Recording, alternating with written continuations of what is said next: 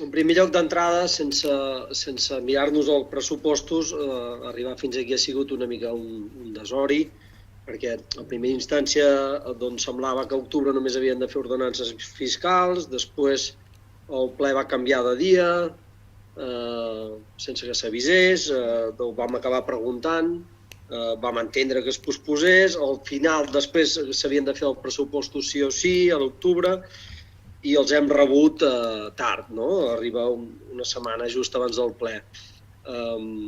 Sí que hem de dir, volem agrair la predisposició de la Montse Torres, d'enguany i de sempre. La Montse Torres sempre hi ha sigut. Una cosa no treu l'altra. Però lamentablement la sorpresa quan veiem els pressupostos és que els pressupostos són continuistes. Tot baixa de mitjana un 5%, menys 2 capítols especials, que menys mal que en aquest cas es mantenen, que són educació i serveis socials. I en aquest cas, doncs, clar, es perpetuen tota una sèrie de mancances des del punt de vista de la CUP. Doncs, abans ja ho hem parlat, no apareix absolutament res de tarificació social progressiva. Això fa 3 anys, fa 2, fa 1, i anem tirant la pilota endavant, però no hi és. Tampoc hi ha un pla de residus a la vista. Al barri vell seguim fent un porta a porta que qui vol separa, qui no, és igual. El fet d'anar a reciclar és una acció de voluntariat, no és una acció obligada, ni una acció que tingui cap tipus de benefici. I paral·lelament, a part que no hi hagi un pla executat i a part que es perpetuï un model erroni, a sobre, per més INRI, no hi ha cap campanya potent per fomentar el reciclatge. Aquest mentrestant podria anar acompanyat d'una campanya molt potent pel que fa al foment i a l'ús del reciclatge o contenidors. I bé, no posem taxes i aquest any acumulem 300.000 euros que van a petar el forat dels residus i que pagarem nosaltres, però no paguin els ciutadans de forma directa, els pagarem nosaltres de forma indirecta, no? Els pagarà l'Ajuntament. I a més, doncs, aquí hem de sumar-hi el projecte que hi ha d'adaptar tots els contenidors per de cara a un futur per fer el contenidor tancat. I seguint amb el tema de les deixalles, aquest any s'acaba la pròrroga del concurs de deixalles. No hem vist això com es tradueix a nivell de pressupost per començar a plantejar una altra situació i, evidentment, suposo que no es deuen plantejar de municipalitzar el servei, que és una cosa que sí que nosaltres faríem. Clar, amb aquestes hem d'entendre que són 8 anys més 2 de pròrroga i s'han pagat 19 milions d'euros a l'empresa concessionària, que això és una raó de 2,5 milions d'euros a l'any.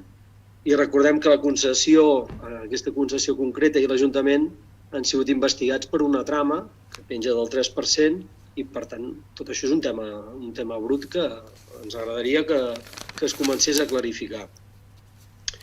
Paral·lelament, continuem sense polítiques valentes pel que fa a habitatge.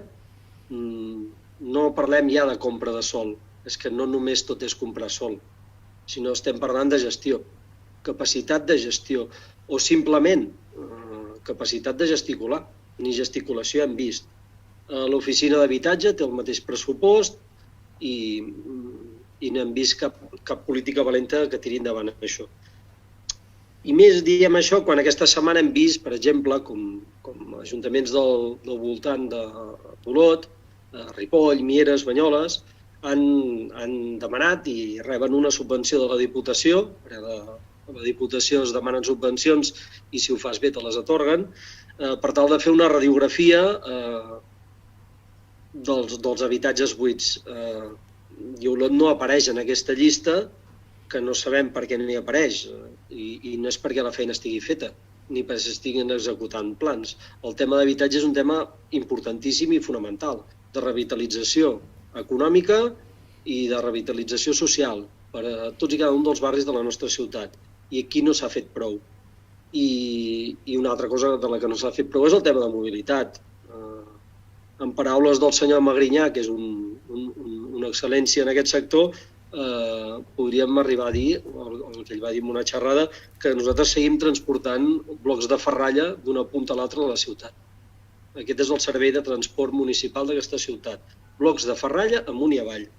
encara esperem la famosa trobada de la comissió del TPO. Nosaltres ja ens hem cansat de preguntar per ella. La vam impulsar, es van fer unes conclusions, hi van haver-hi unes eleccions per entremig, hi ha una pandèmia que no hi ha ajudat, certament, però no hi ha hagut resposta, cada cop falta menys perquè s'acabi la concessió i no hi ha cap estudi sobre la taula que tiri endavant amb això. No tot és dolent, evidentment. Llavors aquí també hem vist 75.000 euros en bicicarrils. Per fi hi haurà diners, que això no implica que llavors es facin metres de bicicarril, però per fi hi haurà diners destinats a això. No sabem si seran suficients o no, però que segur que no seran suficients per canviar la trama circulatòria que n'hem parlat a repetides vegades en diferents mocions, en diferents plens, per parlar d'una ciutat del segle XXI on pugui potenciar-se una altra forma de circulació. Bé, llavors veiem coses a l'Unió Esportiva Olot, a l'estadi, 130.000 euros d'inversió sumats a 50.000 euros directes, 300.000 euros per una piscina coberta. El tema de la piscina, nosaltres ho hem dit alguna vegada i hem vist cares, ja sabem que no els agrada, però considerem que vam perdre una oportunitat importantíssima com a ciutat.